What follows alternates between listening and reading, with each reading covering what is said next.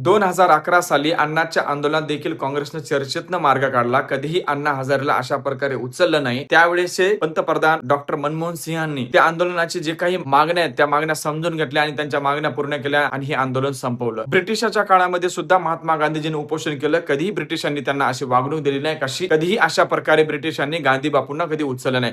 पण आज ज्या पद्धतीने लोकसभेचे विरोधी पक्षनेते राहुल गांधी यांना पोलिसांनी जंतर मंतरवरती आंदोलन केल्या प्रकरणी त्यांना ज्या पद्धतीने अटक केली, ज्या पद्धतीने त्यांना पोलीस व्हॅन मध्ये ढकलू त्यांना दाबू किंवा असं ओढत नेण्यात आलं, ती पद्धत एकदम चुकीची होती. का आंदोलन राहुल गांधींना का करावं लागलं? कारण की 20 दिवस उलटून गेल्यानंतर ही सरकार जर ऐकत नसेल तर विरोधी पक्षनेत्याचं काम असतं विद्यार्थ्यांच्या प्रश्नासाठी आवाज उठवणं. तेच त्यांनी त्या जंतर मंतरवरती जाऊन केलं. पण सरकार मधल्याच लोकांनी राहुल गांधीवरती आरोप केले की राहुल गांधी विद्यार्थ्यांचे डोकं भडकवण्याचे काम करतात म्हणून. मागच्या 20-25 दिवस झालेत हे आंदोलन तिथं उभं आहे. त्या आंदोलनावरती काम सरकारचं असतं की त्यावरती तोडगा काढणं. सरकार त्याच्यावरती कुठलीही चर्चा करत नाही. तरी पण तुम्ही राहुल गांधी असतील, प्रियंका गांधी असतील, काँग्रेसचे काही खासदार असतील, विरोधी पक्ष नेत्यातले काही खासदार असतील, इतर पक्षातले काही खासदार असतील, त्या सर्व खासदारांना तुम्ही अटक करता. अशा पद्धतीने तुम्ही त्यांना वागणूक देता, विद्यार्थ्यांचे प्रश्न सोडवत नाहीत.